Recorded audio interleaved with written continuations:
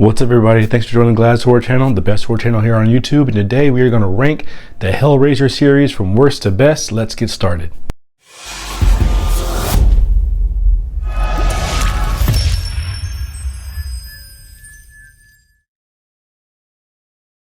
So despite being a big fan of Hellraiser, I haven't talked about it much on this channel, surprisingly.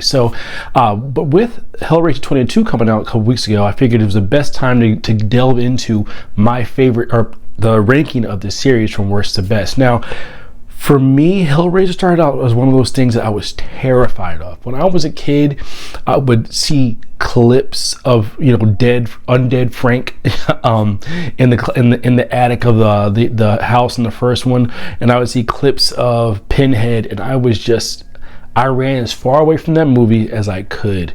For some reason, I could watch Hellraiser or Halloween, I could watch Chucky, I could watch these other ones. Something about Hellraiser, I just couldn't bring myself to watch it. It terrified me just from seeing clips of it, and I had no desire to see it until I got a little older, and I was like, you know what, I gotta give this a shot. And from the first movie on, I loved the whole franchise. At one point I said it could have, it's probably number 2 or number 3 as a franchise from start to finish in my mind, but that's just off the top of my head. I haven't really gotten into a ranking of that, but that's a good ranking to do. But anyway, without further ado, here's my ranking of the Hellraiser franchise from worst to best. We've got 11 films to get into it, so let's get started. Coming in at number 11, I don't think it's any surprise to any Hellraiser fan, Hellraiser Revelations. Now, when a company is about to run low and lose the rights to a franchise, they'll throw something out just to keep the rights. Hellraiser Revelations was this for Dimension Films. The less said about this film, the better. From the moment you see Pinhead, the presentation of Pinhead, at this point, only Doug Bradley had played that character. And this was such a far cry from the iconic presence he had, that no matter what the rest of the movie would have done, it had no chance to be anything other than obviously the worst of the franchise, for no other reason other than the fact that the Pinhead was just not who we grew up with and who we knew and who we loved. So that's my number 11. Coming in number 10, I'm going to go with Hellraiser Hellworld. Now, I've looked at a lot of lists, and a lot of people like, this movie, and they rank it a little bit higher because they rank some of the ones that I particularly like a lot lower, which is kind of surprising, but I'll get into it as I go on. Hellraiser Hellworld did something different and brought the internet into the Hellraiser world, and it kept close to the original by mentioning the Lamanchart home in this one, but it just, something about it was missing. Pinhead didn't have the usual presence that he had. I ran into Lance Henriksen a few years ago and asked him what he thought about the movie, and he's like, there are some movies you do for alimony, and this is one of them. He didn't like it whatsoever, and there's not a lot to take away from this that stood out from the franchise that would make me want to go see it again. Now, I have the movie just because I love the franchise. I watch and own the whole franchise, and it's a bad entry.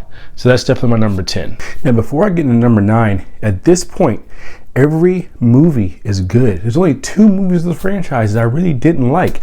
Everything else I like a lot, so it was tough to come up with the remaining 9. But coming in number 9, I'm gonna go with Hellraiser 3, Hell on Earth. Now, I liked the movie. It was campy, but it was at a point where Pinhead had started to it almost became a joke of himself and a joke of the Cenobites. They went a different direction by showing how a Cenobite was created in a way that was interesting, but when they came to form, it just came across campy. And in Hellraiser 2, they had started to go into the actual humanizing of Pinhead and the Cenobites, and they took it a little bit further in this third one. It wasn't so much a direction that I liked by comparison. Now, again, I enjoy Hellraiser 3. I watch it at least once. I watch the whole series, but at least once a year, and it's one of the ones I find enjoyable. But in ranking comparison to the other ones, I have to put it number 9. Coming in number 8 for me, it's going to be Hellraiser Deader. Now, a lot of people rank this one high, and I get it. The premise was cool. A descendant of the puzzle box maker was using the box to bring people back to life, and started a cult by bringing people back from the dead. So eventually Pinhead finds out about it, and him and everybody involved ends up meeting a violent death. And I appreciate it, but by comparison for the other movies, I wasn't into it as much. Now, I did like the end, the very end, when Pinhead comes out and does his thing at the end.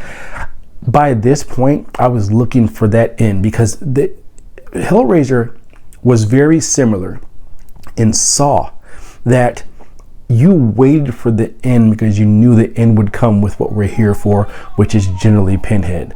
So that one, Hellraiser Deader, is my number 8. Coming in at number 7, I'm gonna go with Hellraiser 2022.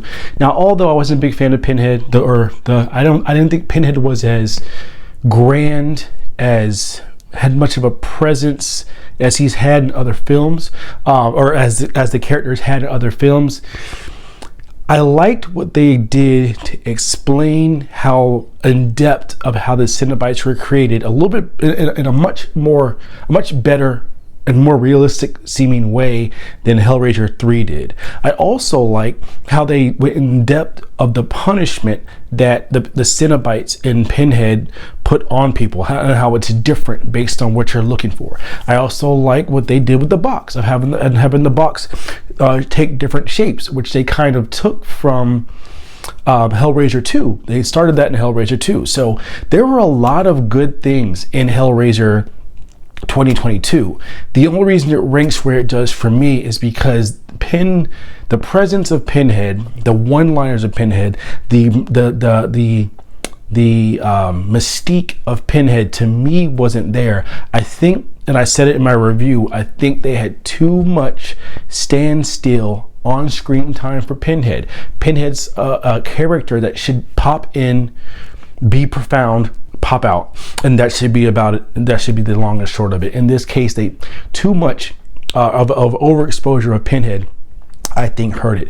But still, everything else around it, I enjoyed. I had a comment in my review about the idea of the house, and it made sense. I think the idea was saying it was made out of steel, something about steel, or it's specifically made to keep these Cenobites out. So it makes more sense if it was mentioned in the story. I must have missed that part. So that's why I had reviewed it like I did previously.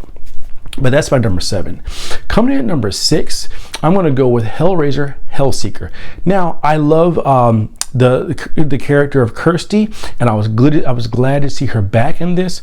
However, she was promoted to be in it, but wasn't in it much. It followed Dean Winters, who I love as an actor. What I like. Now, let me back up. A lot of people rank this one in Inferno pretty low, because it goes away from what Hellraiser was at its core. And I get that. I've said on so many videos that as long as it keeps the link to the original and how it was portrayed, then that's determines whether it's good or bad. But the end of it is the box and the people opening the box going to hell. And it does that in this one. It did it differently, but it also went back to Kirsty negotiating with Pinhead the same way she negotiated in 1 and in 2. And she always seems to find a way to get herself out of situations. But considering what she went through in this one, it made sense why she made the choices that she did. And it was a good morality based movie.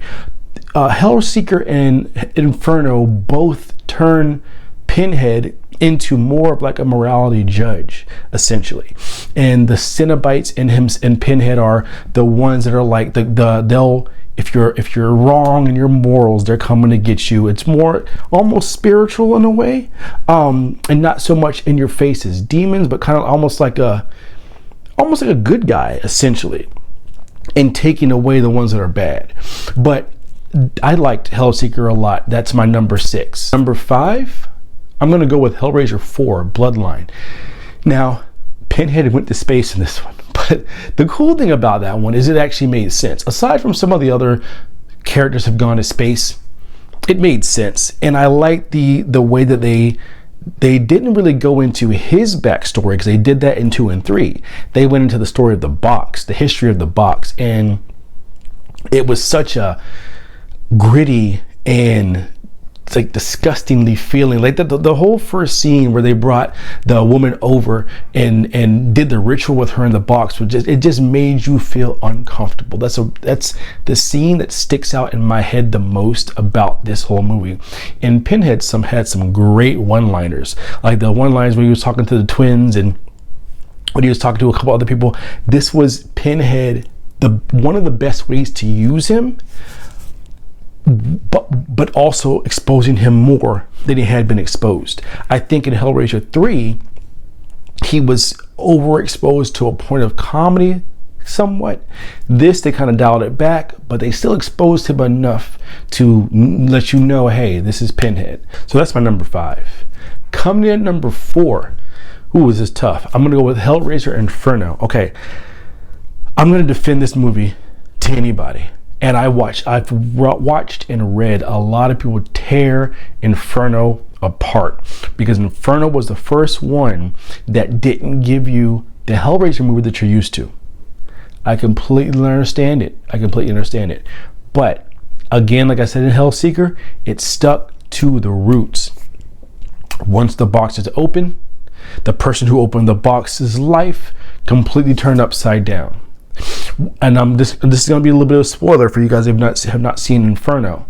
It showed a hell on earth for the individual. Hellraiser 1 pretty much showed Frank's hell on earth in parts, but you really didn't see all that he went through. Hellraiser 2 kind of took you into what hell looked like, based inside the box. You got to see more of the Cenobites, more of Pinhead.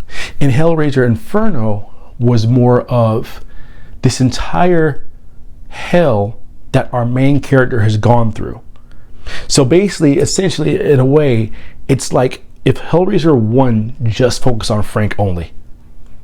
After you open the box, the entire movie was about that.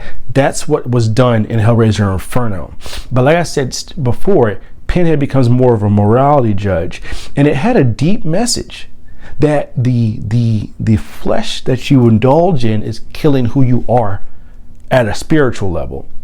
I liked it. It resonated with me, and I liked that kind of, I liked that a lot. And I think Pinhead was done well.